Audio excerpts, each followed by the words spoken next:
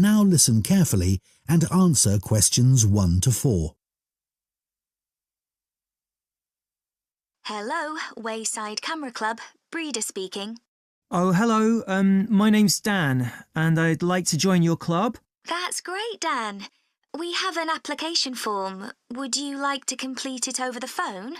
Then you can ask any questions you might have. Oh, yes, thanks. OK. So, what's your family name? It's Green. Dan Green. So, can I take your email address? Yes, it's dan1068@market.com. Thanks. And what about your home address? Well, I'm about 10 miles away from your club in Peacetown. I live in a house there. OK. So, what's the house number and street? It's 52 Marrowfield Street. Is that MARROWFIELD?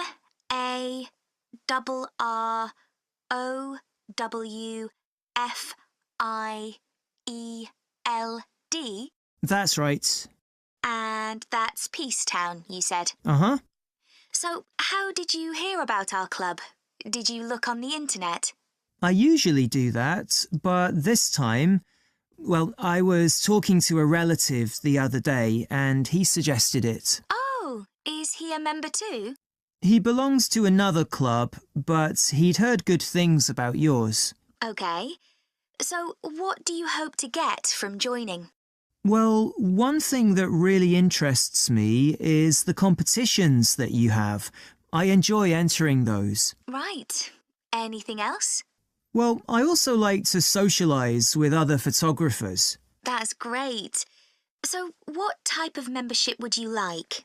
What are the options? It's £30 a year for full membership, or £20 a year if you're an associate.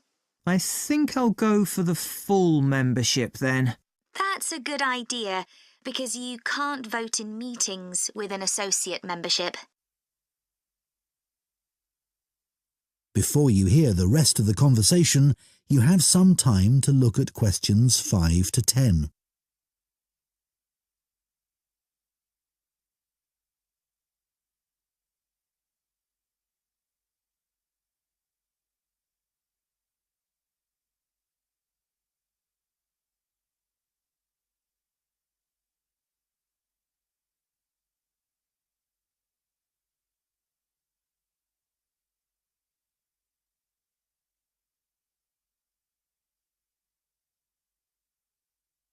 Now listen and answer questions 5 to 10.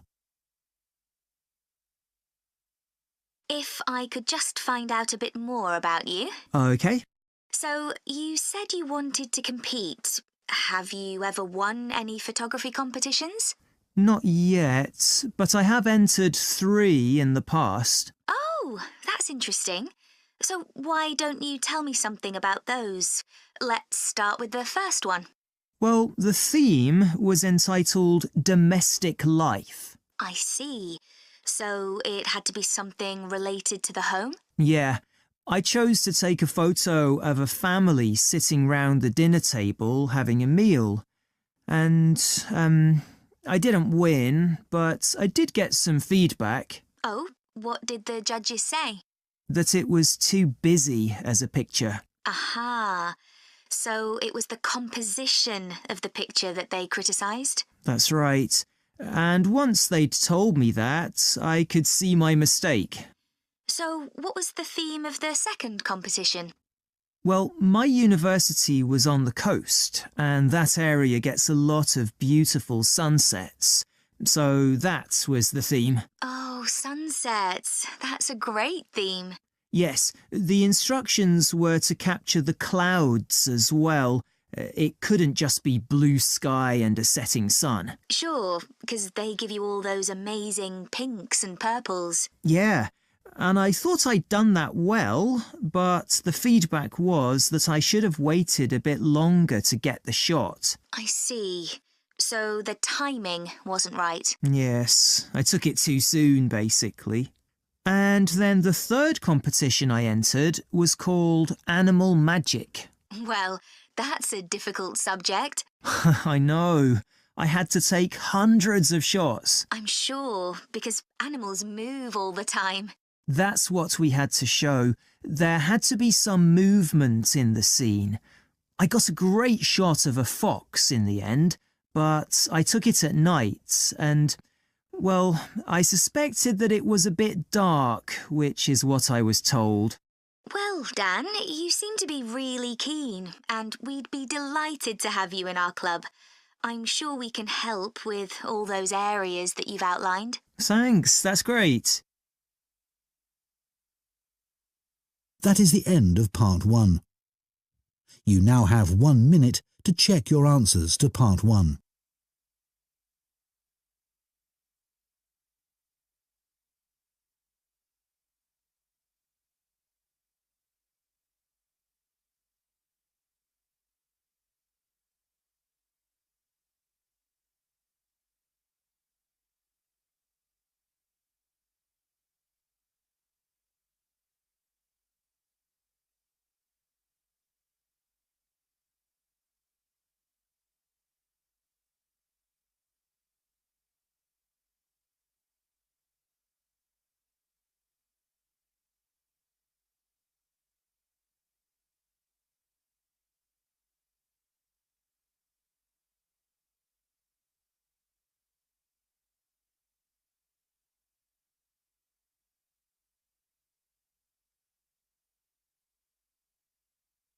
Part 2.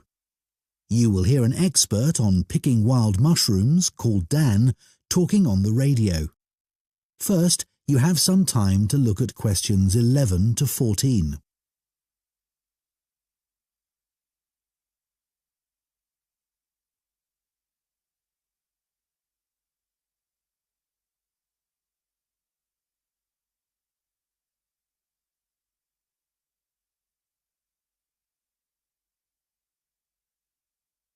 Now listen carefully and answer questions 11 to 14. This evening, we're delighted to welcome Dan Beagle, who's just written a book on looking for and finding food in the wild. He's going to tell us everything we need to know about picking wild mushrooms. Thank you very much. Well, I need to start by talking about safety. You really need to know what you're doing because some mushrooms are extremely poisonous.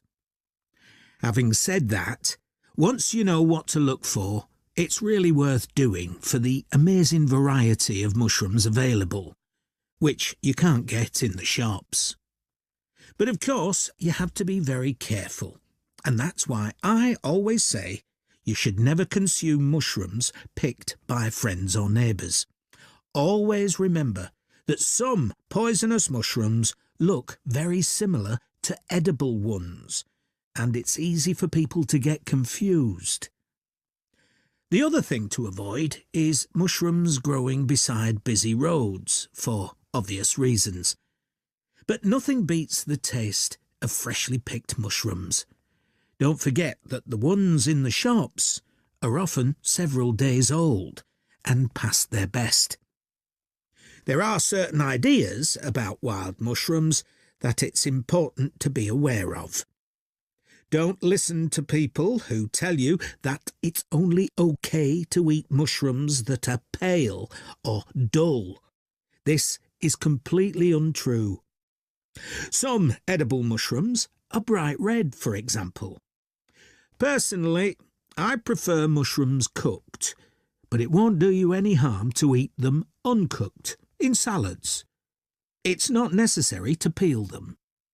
Another thing you should remember is that you can't tell if a mushroom is safe to eat by its smell. Some of the most deadly mushrooms have no smell and taste quite nice, apparently. Finally, just because deer or squirrels eat a particular mushroom doesn't mean that you can. Before you hear the rest of the talk, you have some time to look at questions 15 to 20.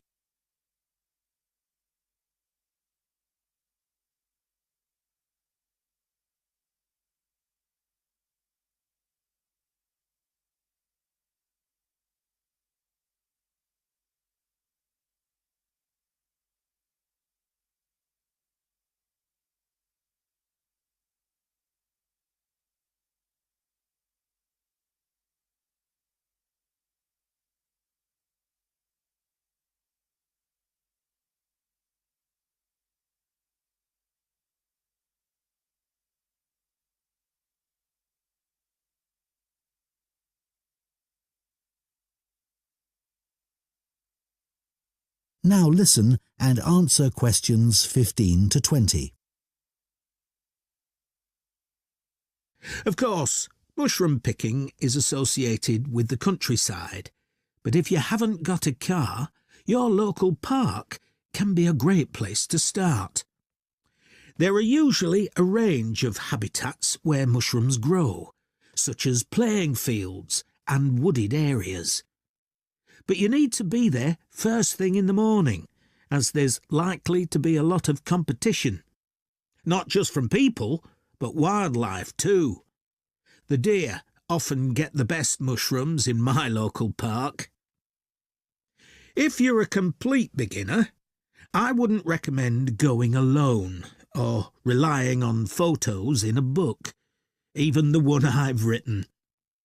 There are some really good phone apps for identifying mushrooms, but you can't always rely on getting a good signal in the middle of a wood. If possible, you should go with a group led by an expert. You'll stay safe and learn a lot that way.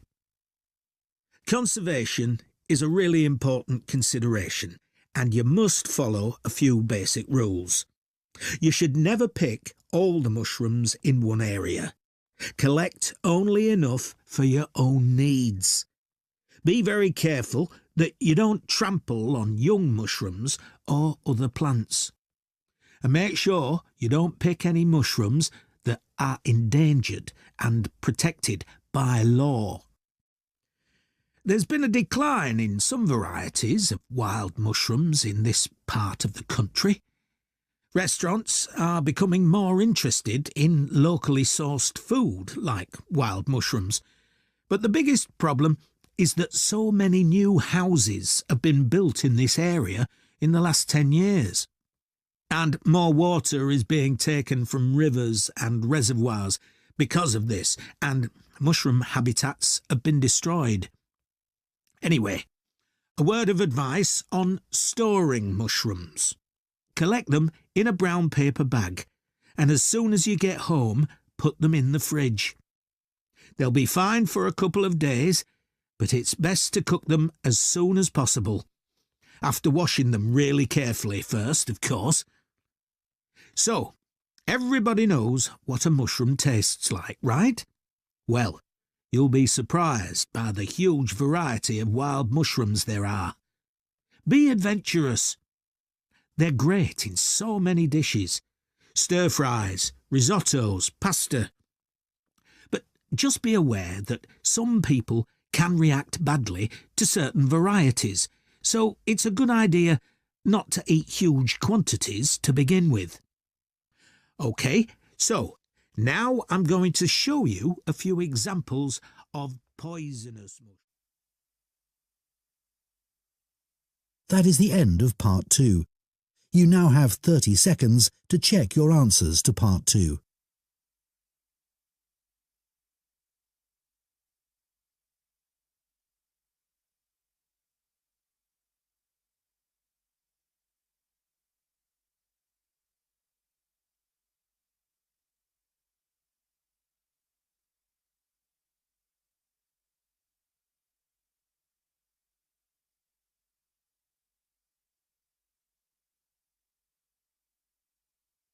Part 3.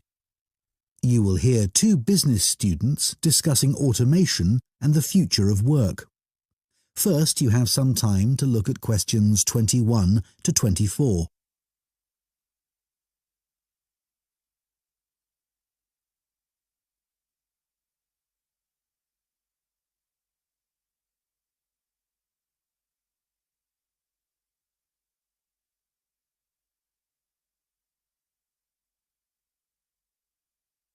Now listen carefully and answer questions 21 to 24. That seminar yesterday on automation and the future of work was really good, wasn't it?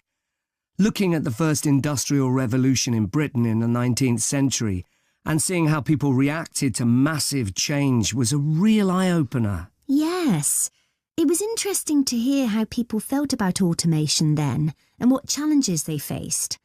I didn't know that first started with workers in the textile industry. With those protesting workers called the Luddites, destroying their knitting machines because they were so worried about losing their jobs. Yes, and ultimately they didn't achieve anything.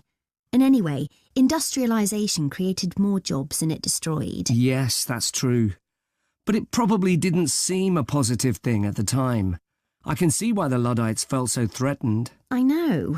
I'm sure I would have felt the same. The discussion about the future of work was really optimistic for a change. I like the idea that work won't involve doing boring, repetitive tasks, as robots will do all that. Normally, you only hear negative stuff about the future. Bit too optimistic, don't you think? For example, I can't see how people are about to have more leisure time when all the evidence shows people are spending longer than ever at work. No, that's true. And what about lower unemployment?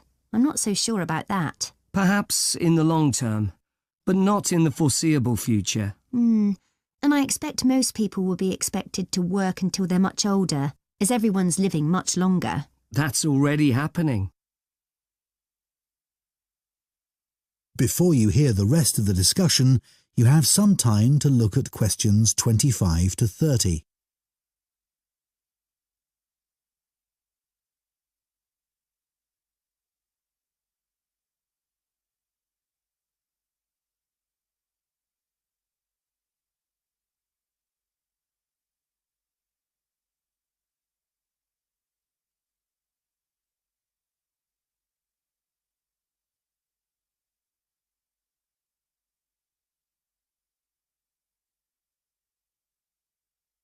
Now listen and answer questions 25 to 30. I enjoyed all that stuff on how technology has changed some jobs and how they're likely to change in the near future. Yeah, incredible. Like accountants. You might think all the technological innovations would have put them out of a job, but in fact there are more of them than ever. They're still really in demand and have become far more efficient. Right, that was amazing. 20 times more accountants in this country compared to the 19th century. I know. I'd never have thought the demand for hairdressing would have gone up so much in the last 100 years. One hairdresser for every 287 people now, compared to one for over 1,500. Yeah, because people's earning power has gone up so they can afford to spend more on personal services like that. But technology hasn't changed the actual job that much. No, they've got hairdryers, etc. But it's one job where you don't depend on a computer. The kind of work that administrative staff do has changed enormously, thanks to technology. Even 20 years ago, there were secretaries doing dictation and typing. Yes, really boring compared to these days, when they're given much more responsibility and higher status. A lot of graduates go in for this kind of work now. I'd expected there to be a much bigger change in the number of agricultural workers in the 19th century, but the 1871 census showed that roughly 25% of the population worked on the land. Yeah, I'd have assumed it would be more than 50%. Now it's less than 0.2%. What about care workers? They barely existed in the 19th century, as people's lifespan was so much shorter. But now, of course, this sector will see huge growth. Yeah, and it's hard enough to meet current demand. The future looks quite bleak for bank clerks. They've been in decline since ATMs were introduced in the 80s. And technology will certainly make most of the jobs they do now redundant, I think. I agree. Although the situation may change, it's very hard to predict what will happen. That is the end of part 3. You now have 30 seconds to check your answers to part 3.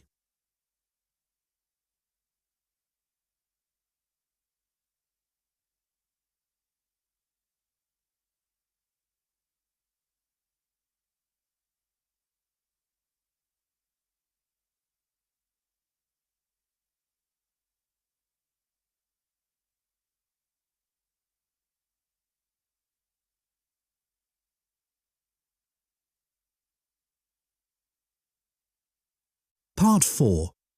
You will hear part of a lecture for astronomy students about the need for a system to manage satellites and other objects orbiting the Earth. First, you have some time to look at questions 31 to 40.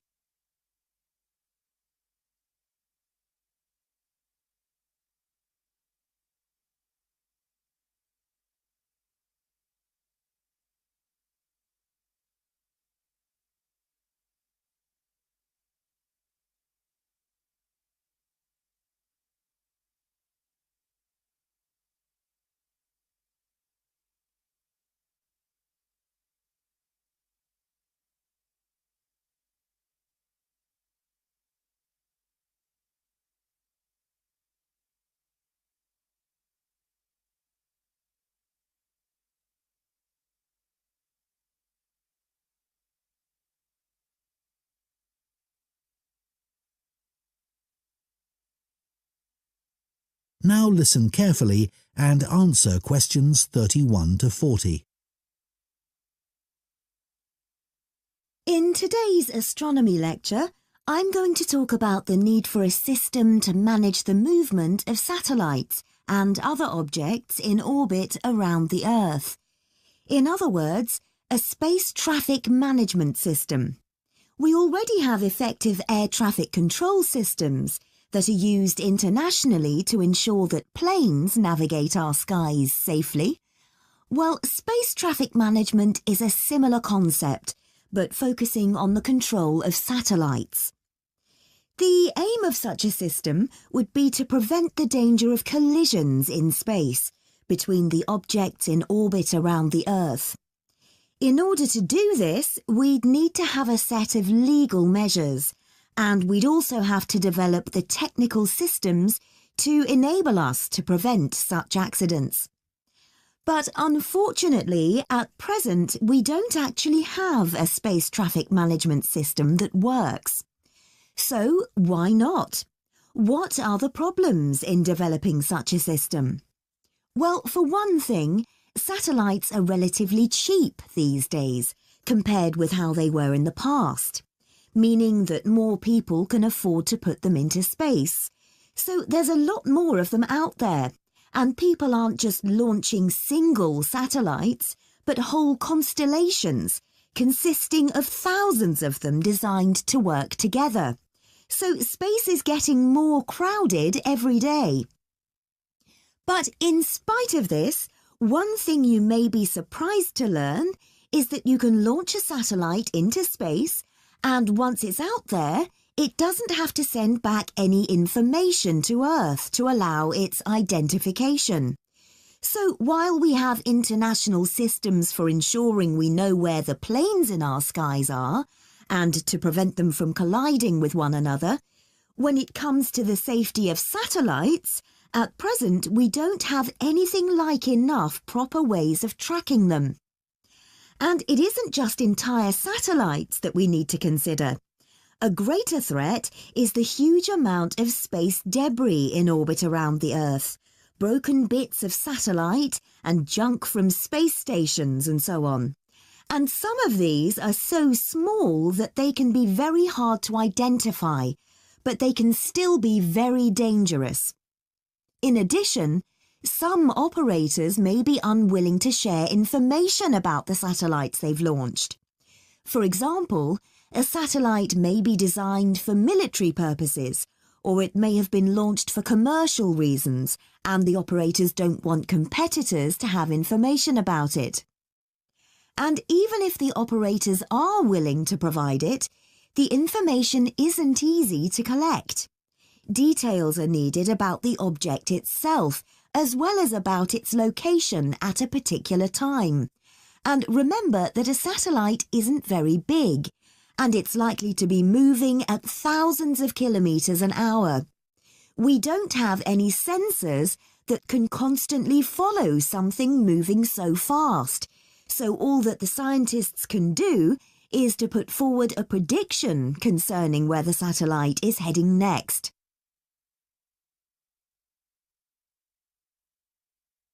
So those are some of the problems that we're facing. Let's consider now some of the solutions that have been suggested. One key issue is the way in which information is dealt with. We need more information, but it also needs to be accessible at a global level. So we need to establish shared standards that we can all agree on for the way in which this information is presented. We already do this in other areas of science, so although this is a challenge, it's not an impossible task. Then, as all this information's collected, it needs to be put together so it can be used, and that will involve creating a single database on which it can be entered. As we continue to push forward new developments, congestion of the space environment is only going to increase. To cope with this, we need to develop a system like the one I've described to coordinate the work of the numerous spacecraft operators. But it's also essential that this system is one that establishes trust in the people that use it, both nationally and at a global level. One interesting development that I'll mention at this... That is the end of Part 4. You now have 1 minute to check your answers to Part 4.